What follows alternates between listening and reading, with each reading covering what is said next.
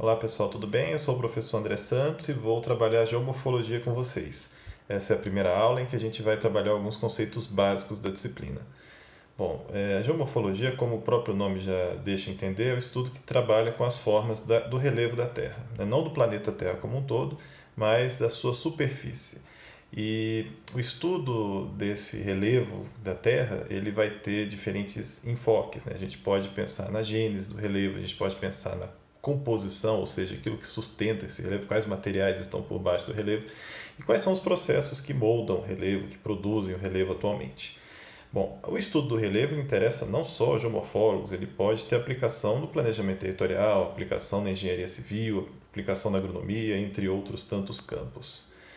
O estudo da geomorfologia ele envolve diferentes variáveis, né, a respeito do relevo. A gente tem a variável morfológica, que diz respeito às formas do relevo, a variável morfogenética, que diz respeito à sua origem, a variável morfodinâmica, que diz respeito aos processos que hoje atuam no relevo, e a variável morfocronológica, que diz respeito à datação de eventos que produziram o relevo. A gente vai trabalhar um pouco com cada uma delas. No caso da morfologia, a gente tem uma descrição das formas do relevo. Então, a primeira coisa que ressalta aos olhos, você olha para uma paisagem, você vê a forma do relevo, você vê que tem lugar que é mais alto, lugar que é mais baixo, mais íngreme, menos íngreme. E aí você pode ter uma descrição qualitativa disso ou uma descrição quantitativa.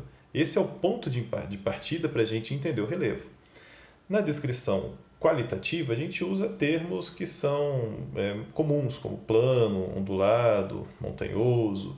São termos que são relativamente vagos, né? Se você não tiver uma definição numérica, né, fica difícil você estabelecer o que é plano, o que é ondulado, o que é montanhoso.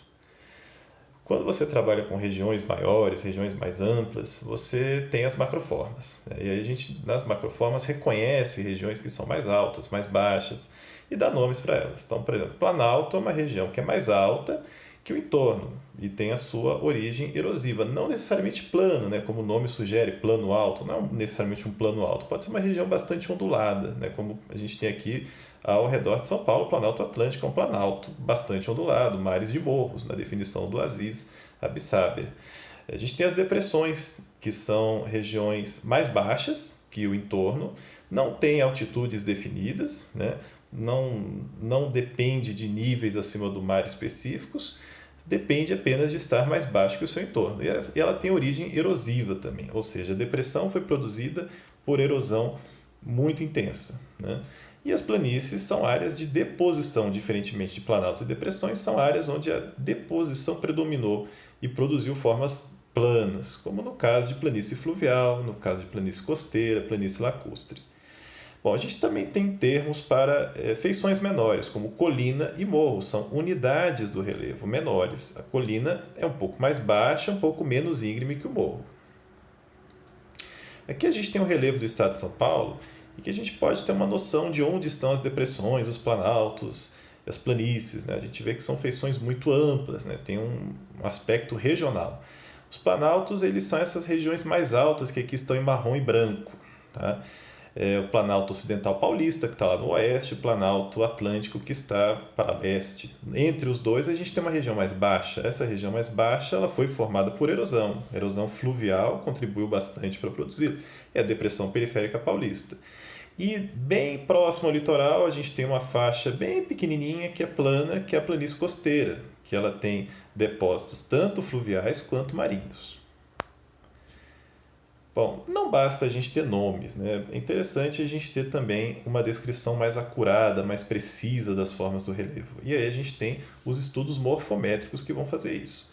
Vão fazer uma descrição quantitativa do relevo, vão buscar parâmetros para serem medidos, claro, parâmetros que sejam significativos de sua gênese, né? Que possibilitem o estudo nas próximas etapas.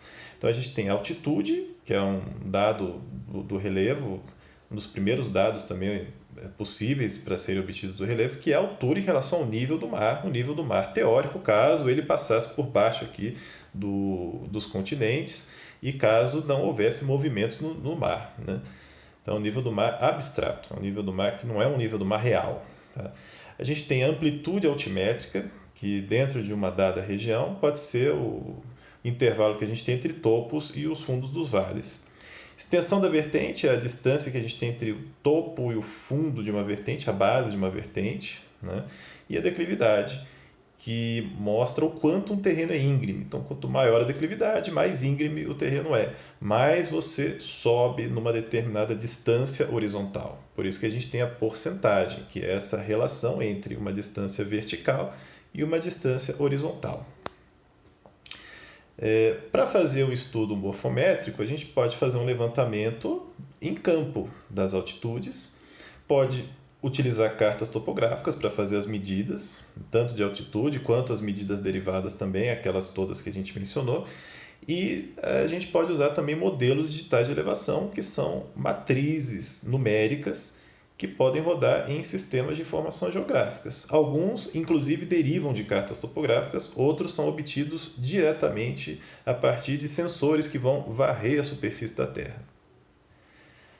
Uma vez tendo uma boa descrição do relevo, a gente pode passar para o estudo da morfogênese, que é o estudo da origem do desenvolvimento das formas do relevo.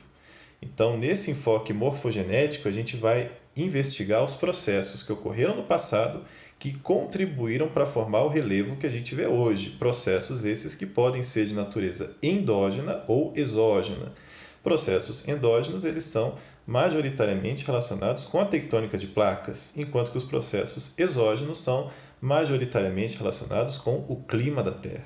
Então, esses processos endógenos e exógenos, ao longo do tempo, eles vão contribuir para a produção do relevo como a gente conhece hoje. Agora, se a gente está mais interessado em conhecer os processos que hoje moldam a paisagem, aí a gente vai ter um enfoque morfodinâmico, vai ser o estudo da dinâmica atual do relevo. Então, são os processos ativos que atuam atualmente no relevo.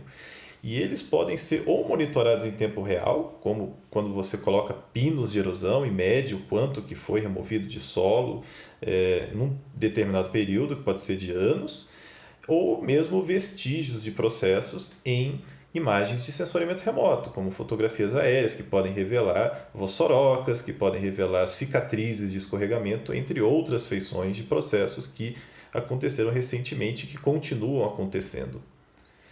E no fim a gente tem também um estudo morfocronológico, o estudo das idades. Então a gente estuda as idades relativas e as idades absolutas das formas de relevo. Idade relativa é o que veio antes, o que veio depois. Idade absoluta é você atribuir um número. Isso aconteceu há 80 mil anos. Tá? Agora, a gente tem uma dificuldade na geomorfologia que é o que a gente vai datar. Tá? Apenas relevos que são formados por acumulação podem ser datados diretamente. Então, a gente pode datar um vulcão, porque o material que está lá no cone vulcânico tem a idade do vulcão. A gente pode datar uma planície fluvial, porque o material que está na planície fluvial tem mais ou menos a idade daquela planície. Agora, em outros lugares, isso não é possível. Então, por exemplo, uma serra, né? Uma serra que foi produzida por erosão. Como é que você vai fazer a datação dela? A rocha que está sustentando aquela montanha, aquele morro, pode ser uma rocha muito mais antiga do que a serra, e provavelmente é. Então, você vai ter que encontrar vestígios de outros materiais que foram transportados, que estão em outros lugares. Você pode ter depósitos correlativos a esses eventos, a esses processos tectônicos e sedimentares do passado, que podem conter fósseis, que podem conter evidências arqueológicas, sedimentos que você pode datar diretamente também, usando diversos métodos de datação. E o interessante de fazer esse tipo de estudo, embora trabalhoso, é que a gente pode estimar velocidades de processos e taxas de processos, né? O tempo que demora para uma planície se formar, o tempo que demora para uma cordilheira se formar, o tempo que demora para a tectônica produzir determinado efeito. Tá? E isso nos dá pistas sobre a evolução do relevo. Bom, a gente então baseou essa aula no livro da Florenzano, espero que vocês tenham aproveitado, e tem o texto resumo que foi colocado lá no Moodle. Tá? Então é isso, muito obrigado.